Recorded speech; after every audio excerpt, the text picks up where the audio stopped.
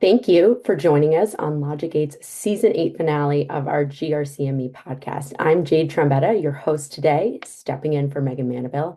I'm really excited about today's topic because it's super timely. We are going to learn more about and understand how to navigate the new administration.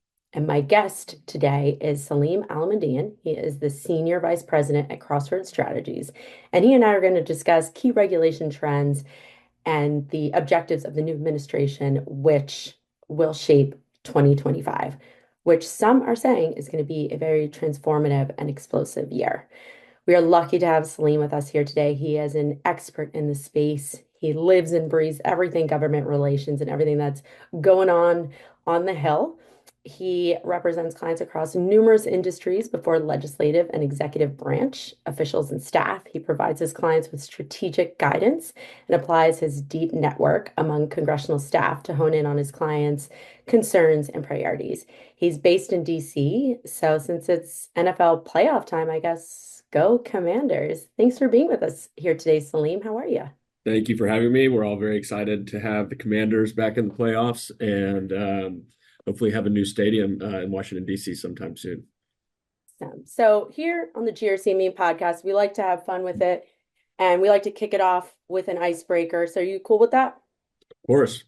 Sure. So I know you and our listeners are soon going to become very aware that you are passionate about what you do. You were meant to be in government relations. But if we could turn back time, what different career path would you take? Well, it's maybe hard to believe, but I did play basketball at one point in my life competitively. And at one point, I thought I was going to go into, sports as a business. And although a professional basketball career probably was outside my reach, I was interested in going to work in basketball operations. So my dream job when I was younger was to be the general manager of the Houston Rockets, my hometown team. Oh, nice. Well, I guess LeBron's lucky. He doesn't have to face you on the court, but I love sports too. So that would definitely be a dream job of mine. Um, this topic is outside my wheelhouse, but I did a lot of reading and a lot of research, and we're going to dive into those topics so you can help provide your expertise and clarity. But there is one myth that I wanted to get out of the way, and I don't know if it's a myth or if it's true, but historically, the Republican Party has been known to really just favor big business. Is that a myth or is that true? So I would say that there's definitely been a bit of a sea change in the Republican Party over the last 8 years. And with respect to some of the topics that we'll cover today, I think that is becoming a bit of a myth. This is no longer, the Republican Party of the early 2000s or the 80s or the 90s. This is a party that's a lot more focused on sort of these populist, kind of protectionist even policies and approaches to things like the tech economy. So there are still some, strongholds of those kinds of ideology within the party. But I think what people will find in the next couple of years is that this is an incoming administration and a new Republican Party in Congress that I think is going to be much more attuned to, like I said, some of the more populist kind of worker-centric ideas. And I think a key theme for this administration will be focusing on what we call the little tech agenda, and really hoping to encourage innovation.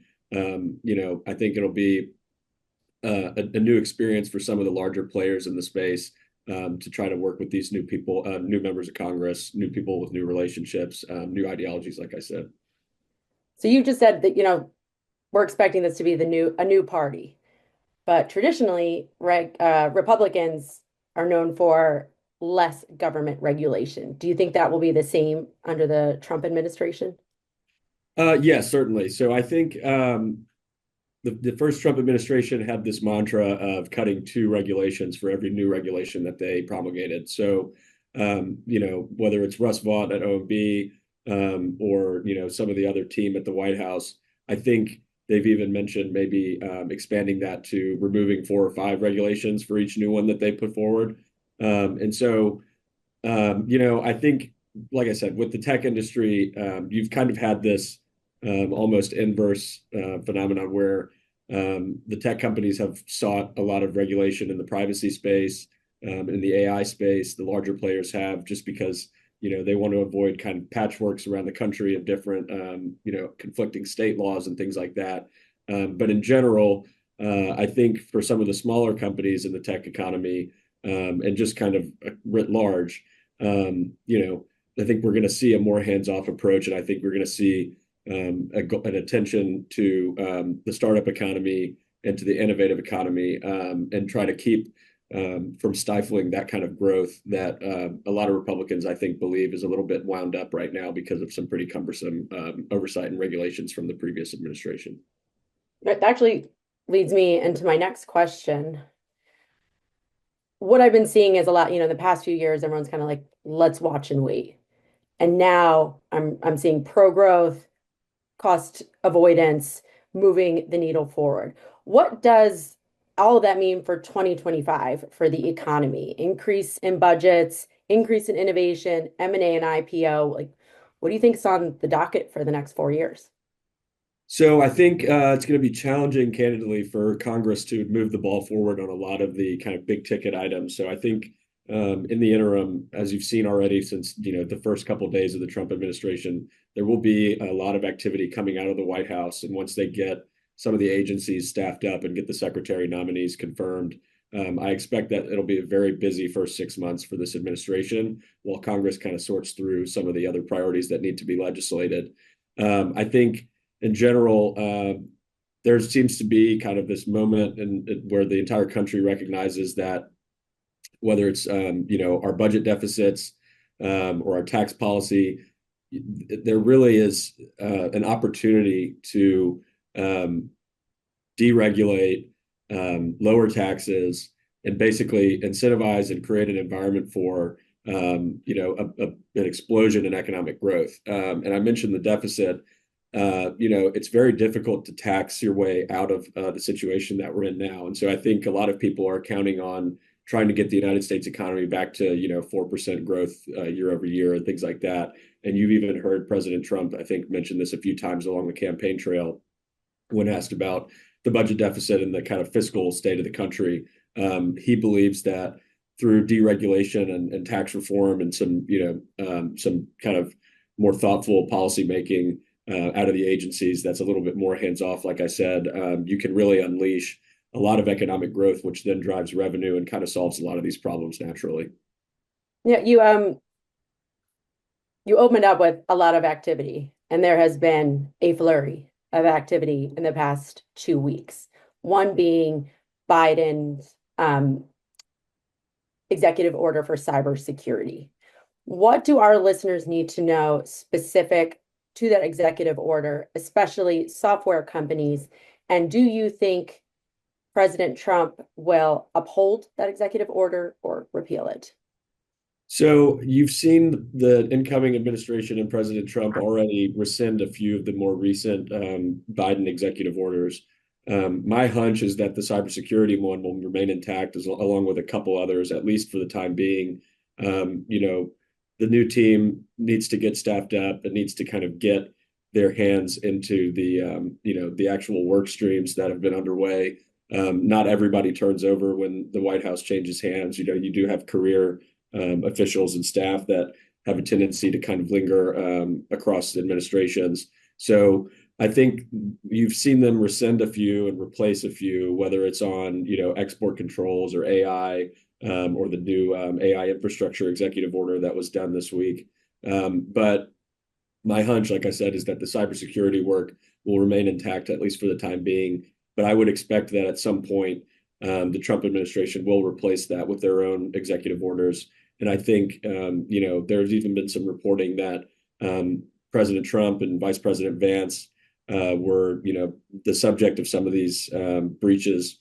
And so they certainly have a vested interest in making sure that our cybersecurity infrastructure in this country is up to par. And I think you'll see a pretty concerted effort to address that in the context of our, competition with China and the other adversaries that we face globally. I feel like we're aligned, and I didn't even share my questions, but that really leads me into my next topic, that there is a lot of global friction, right? China, Russia, Canada. I feel like we can only expect an increase in geopolitical cyber threats. What do you think the government's going to do to help combat those? What do you think our listeners, which are CISOs, CROs, IT security leaders, should be preparing for, including AI, phishing, all the things that are on the docket? But what should we be looking out for, and what should we be prepared for, and what can we hope that our government will support with? So fundamentally, I think the United States, both politically and just across the country, has kind of woken up in the last 8 years or so with respect to some of the threats that we face from, some of the countries that you named.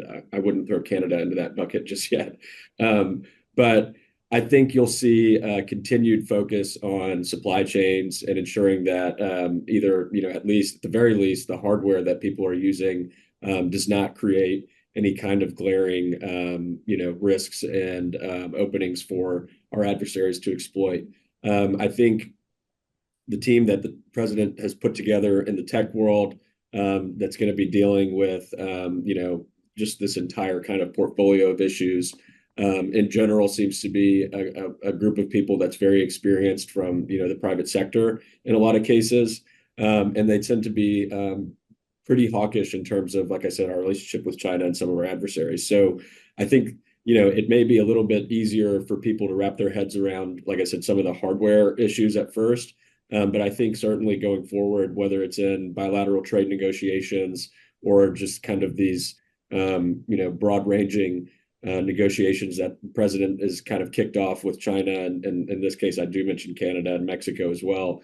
I think you're going to see a focus on ensuring that American companies and American talent has their hands in, setting the frameworks and the parameters within which companies are going to have to operate in the cybersecurity space. I think if there's opportunities to do away with,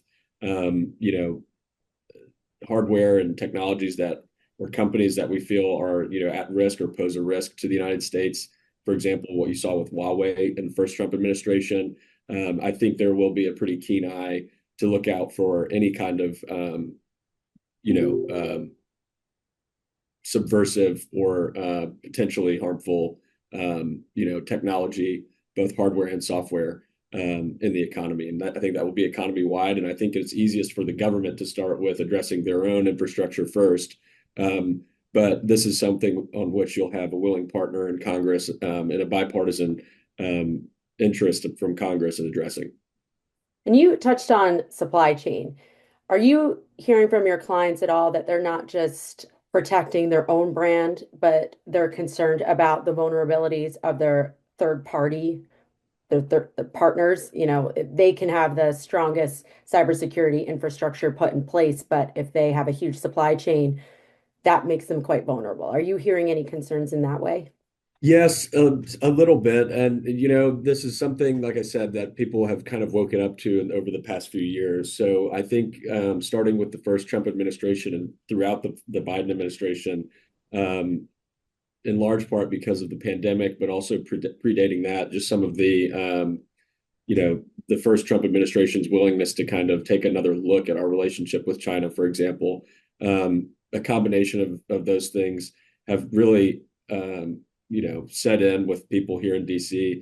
You've seen a lot of companies across industries starting to nearshore, or what we call friendshore, their manufacturing and their supply chains with either allied countries or countries that we have maybe a more constructive relationship with than we do with others. And so I think that trend will continue. And frankly, I think that aligns pretty neatly with the incoming administration's focus on creating jobs here domestically and manufacturing here in the United States. So, obviously there are parts of the tech economy in particular that we don't do a great job of building here in the United States. You've seen the Congress and the previous administration and the first Trump administration try to address this with things like the Chips and Science Act to try to onshore domestic semiconductor manufacturing capabilities. So, that's had a bit of a clunky rollout. And I think there's a little bit of skepticism in terms of, what kinds of additional industrial policy that we need to be pushing when we have a million other things to do here in Congress. But if the national security kind of apparatus within the government can identify places where we do have opportunities to further onshore and friendshore, I think that would be something that the government would expect to see from private industry and would encourage. Interesting. Um, we've said it a bit already in this conversation. I want to talk about the most important two letters ever, AI. I don't think a day goes by without us talking about it, right? And I've heard, two sides of it, that it's just a tech trend, that the AI buzz is going away. And then I've heard, obviously, it's the future.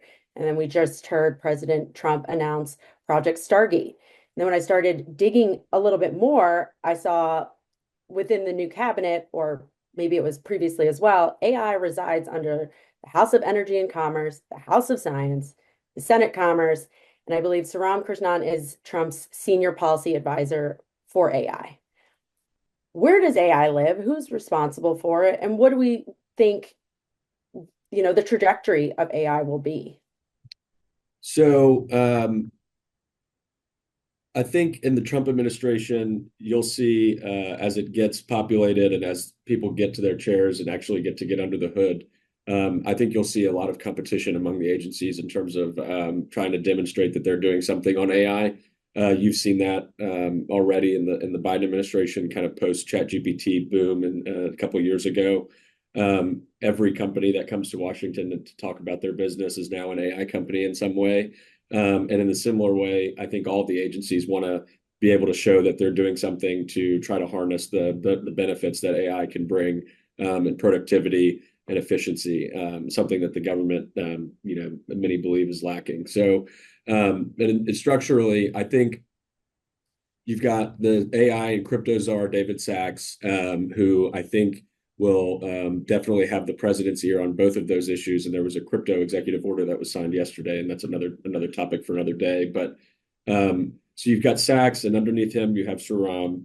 And then I think more fundamentally and more traditionally, a lot of the policy making will come out of places like the Commerce Department, BIS, NIST, the National Science Foundation. And then one kind of contentious point that I think was driving a lot of the debate on Capitol Hill around how to regulate the industry was what to do with the AI Safety Institute, or what we call AZ. So the Democrats in Congress were, and mostly the Democrats in Congress, but a handful of Republicans in partnership with them in the last Congress, moved a couple bills out of the Senate that would have basically codified the AI Safety Institute as the Biden administration had propped it up. I think more conservative members of Congress, like Senator Ted Cruz from Texas, for example, are very dubious of creating a new regulatory agency or a new regulatory body to implement laws that they feel already have kind of turnkey applicability through the existing agencies. So in other words, do you really need a new safety institute, a new regulatory body to regulate the use of AI in the healthcare space? You already have health privacy laws on the books. There's already kind of clear lines of liability in terms of what, who's liable in what circumstance in the healthcare space. And so it seems to me and to a lot of people around town that, again, kind of layering a new agency on top of all of this is probably not the best approach. It's no secret that the government has a reputation for being inefficient. And, like I said, layering another regulatory body on top of a bunch of existing regulatory bodies probably doesn't make a whole lot of sense. Now, you mentioned some of the committees on Congress. I do think that there are things that the Congress can do either by, establishing clear definitions or creating, guardrails and clear parameters for the industry to operate within that would incentivize and encourage and enable industry to take up AI and really integrate it into their existing, kind of workflows. And I don't think that means that the Congress needs to create a new regulatory body. So I think that's kind of the fundamental debate that's underway right now. And obviously, with the Republicans controlling both chambers of Congress, there is an opportunity for them to hold the line on some of these more aggressive regulatory approaches that you've seen others like Senator Schumer push over the past couple of years. But just as kind of a contextual point, Congress has been debating about a comprehensive privacy law for, better part of 15 years at this point. And so a lot of good work was done in educating the members of Congress and the government agencies last couple of years. Like I said, after ChatGPT kind of caught everybody's attention and took the world by storm. And I think whether it's the House AI task force that put together their report, I think it was an 80-page report roughly that laid out some policy proposals that they could pursue in the future. Or if you just look at some of the hearings that have been done in Congress over the past few years, they're still kind of in this educational phase. And frankly, a lot of members of Congress are a little bit older than the average person, that's out working at a tech company. And as you've seen over the years, both with the social media hearings and now with some of the hearings on AI, there is a bit of an educational delta that needs to be filled before they can really, I think, legislate and regulate in a really informed and realistic way. So I think there was kind of a craze in the last couple of years. I think now you have some new chairs in the committees, some new members of Congress that maybe are a little bit younger and have a little bit more experience, kind of in the workforce, coming from the tech world. And so I'm optimistic that this will be a Congress that will be active in the tech space, but will shy away from doing things that are really cumbersome and heavy-handed in terms of the approach to how to regulate these industries. I guess we'll have to do a bit of wait and see, but do you think we'll see a blanket federal regulations or any type of laws regarding AI, or do you think we'll continue to see state by state bills and kind of patchwork when it comes to AI? I think it'll be a little bit of both.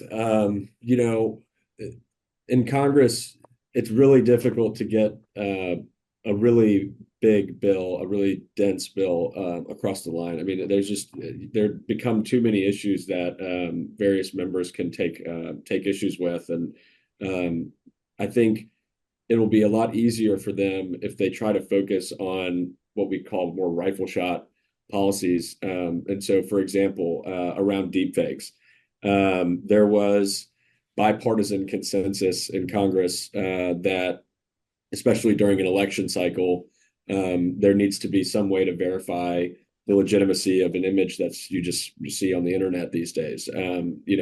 We've all been fooled by an AI generated image or video at some point in the last couple of years. And so this may not seem like a really sexy way to regulate AI, but it is an important kind of thing that everybody identified and that they found consensus on. And so if you can kind of find the places where there is a lot of overlap in terms of people's concerns or people's ideas and just try to work backwards from there, I think it'd be much better for the Congress to focus on a few different kind of piecemeal opportunities at a time. And then, it maybe lump them all together at the end of the Congress or at the end of the year, like they have a tendency to do. But in general,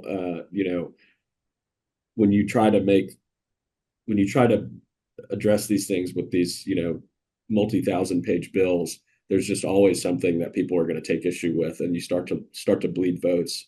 So I think that aligns with people like Senator Cruz's philosophy in terms of just how to legislate.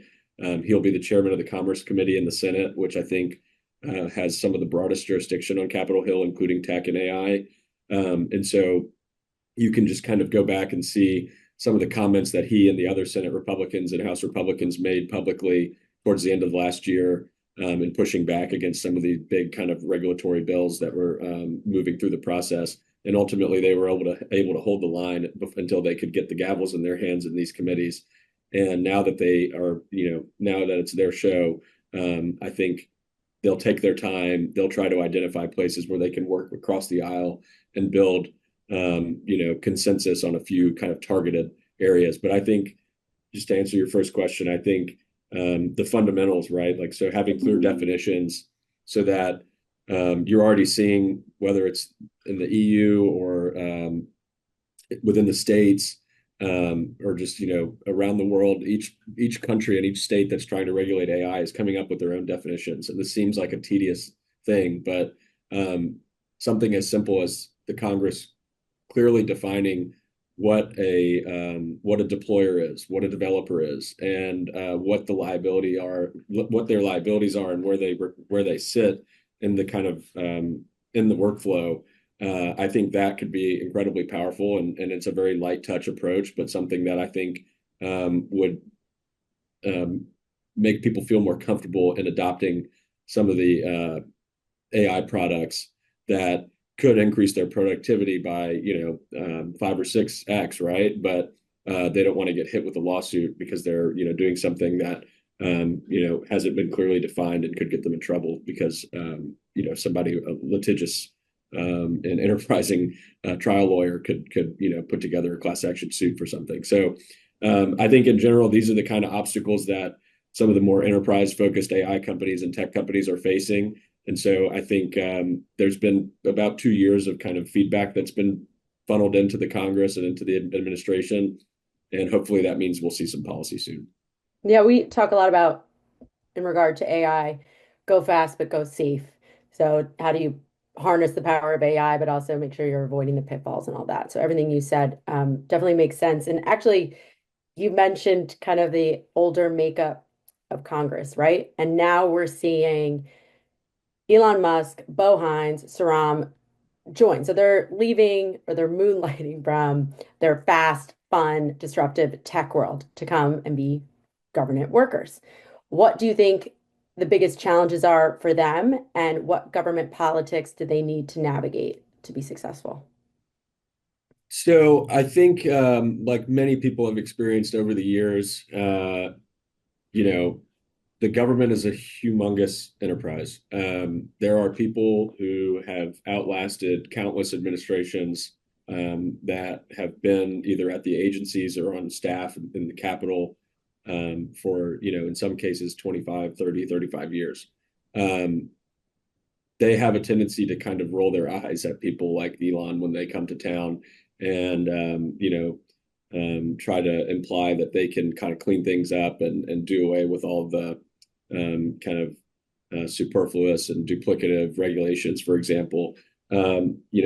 I think that this administration will probably have more success than some others previously have had when they tried to address things like duplicative regulations and duplicative agencies that maybe are past the point in which they were the most effective. But in general, I think it's kind of the boogeyman that everybody's heard of, right? It's the bureaucracy, it's the establishment that have pride of ownership over a lot of the work that they've done throughout their careers to kind of set up the legal frameworks that we operate under. And obviously, when you have a disruptor, either in the White House or if you have, several disruptors that kind of come in as a group, like we've seen recently, I think that creates kind of a rivalry between some of the new faces in town and some of the people who've been here kind of behind the scenes throughout their careers. So it's a tale as old as time. Obviously, I think there's consensus or approaching consensus around the country that maybe we do need to clean things up a little bit here in terms of, like I said, kind of duplicative and regulations and agencies. And I think that through the Department of Government Efficiency and their recommendations, it'll be interesting to see what's accomplishable for the White House, for places like the Office of Management and Budget. But you have to keep in mind that it takes a bipartisan vote in Congress to fund the government, and so Congress has the power of the purse, and the president and the administration can request a lot less money than they have in recent years, frankly, and they can make the case for why they don't need as much money. But when it comes down to kind of corralling the votes in Congress to get the government funded, and we are approaching a deadline here in March 14th, it's going to be politically unpopular in a lot of cases to do away with a lot of programs that have been kind of propped up in recent years or over the past decades, because there is a constituency for every government program. And I think, like I said, it'll be fascinating to see at which point the rubber kind of hits the pavement, because if you have a White House that wants to gut a bunch of these agencies and programs, and then you've got the reality that you need to have 60 plus votes in the Senate to get the government funded, for example. I don't know, how you reconcile those two things. And as much as President Trump enjoys being kind of the retail politician and the man of the people, if you're going to gut, an agriculture program, and then all of a sudden you have a bunch of angry agriculture workers Yeah. coming to the White House and saying, your guys in your administration are trying to do away with this program that supported my industry for however many years. I think there's a tendency for presidents and members of Congress to get pretty cold feet when they start to hear stuff like that. One, I gotta say, I need to adopt power of the purse in my own household because I gotta get to that. And two, all this has been incredibly insightful. So thank you so much. And I want to continue on a couple more things. We all knew the first half of the year was going to be a flurry of activity. Are there any specific bills or executive orders that our listeners in the tech industry should be paying attention to? So I think probably the hottest topic in town, one of the hottest topics in town right now is the need for tons of energy to drive the innovation and electrification that we've seen in the country. Um, I think you mentioned Stargate. I think in the AI space in particular, the administration's focus is going to be on the infrastructure and the energy supply that is required to win this race. They would like for an American company or a Western company at least to win the AI race to either artificial general intelligence or just to create the next great AI company, right? And so we've never had a period in the United States where energy demand was our bottleneck. And, because of some of the more climate conscious policy that's been made in recent years, I think we've kind of gotten away from our bread and butter, which is just creating an environment in which the economy can kind of innovate and create new products and grow and expand unencumbered. And so while they sort through some of the more kind of abstract regulatory philosophies, I think you'll see the president and his team very focused on AI infrastructure, and whether that be data centers or transmission lines or even potentially bringing on nuclear energy at some point. I think that focus will be on economic growth and making sure that we have the fundamental underpinnings that we need for that in both the energy industry and in the infrastructure industry. So I want to close out this discussion with a question that, clearly there's a lot of changes going on. Do you recommend an increase in cadence between security and IT leaders with the government relations teams within their organizations? Should they be meeting once a quarter, once a month? How do you see that playing out with so much change happening? I think it would be better I'd say the more frequent, the better. I think just the nature of how information travels out of Washington, D.C. to the public nowadays.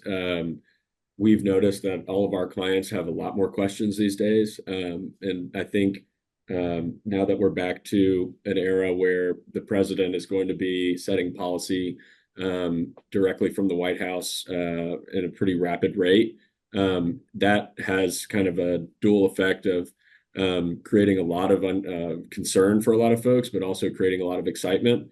And in order to just make sure that you're capitalizing on all the opportunities that are available or preventing all the bad things that might happen from happening, I think you just have to stay diligent.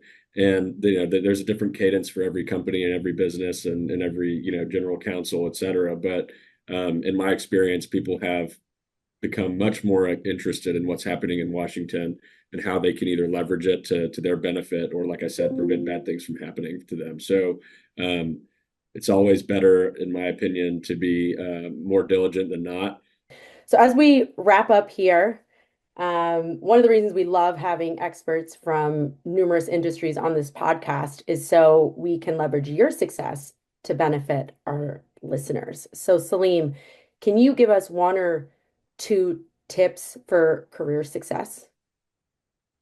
Sure. So Washington is a town that runs on coffee meetings, and a lot of people in town have a tendency to, either avoid those kinds of engagements with young people, or they think they're too busy or too highfalutin for somebody. My advice has always been to people that you have to pay it forward. We all gotten where we are in this town from somebody sitting down with us and sharing their insights and their advice. So always take a coffee with a young person when they ask. They might end up becoming your boss one day. And I think in general, another good one that's become even more important in the past few years is to be thoughtful about your information intake and your sources. I don't think that just watching TV and watching the news gets you the full picture like it used to. I think, again, because of the rate at which information flows out of the government and out of Washington now, there's just so much out there. And whether it's podcasts like this, or um, some of the newer kind of Substack type sources of information on the internet, like you have to go straight to the source, and without it being editorialized, I think it's really powerful to be able to hear people, experts, not like myself, but real experts, kind of explaining what they're doing and how they view the world, as opposed to kind of getting it second or third hand from somebody else. So a combination of those two things, I think, will help you kind of stay ahead of the curve. And it just kind of keeps the information, I think, fresher and a little bit more actionable in a lot of cases, to actually hear it directly from either policymakers or thought leaders. That's great. I mean, I believe the world goes around of who you know. Salim, thank you so much for being here. I learned a ton. I'm sure our listeners did as well. And I'd love to hear from the listeners. What do you think? Is it going to be an explosive year? Do you need boost in your budget to combat the cybersecurity threats? What are your thoughts on AI? Let us know. Thank you so much for joining us. Thank Thanks. you.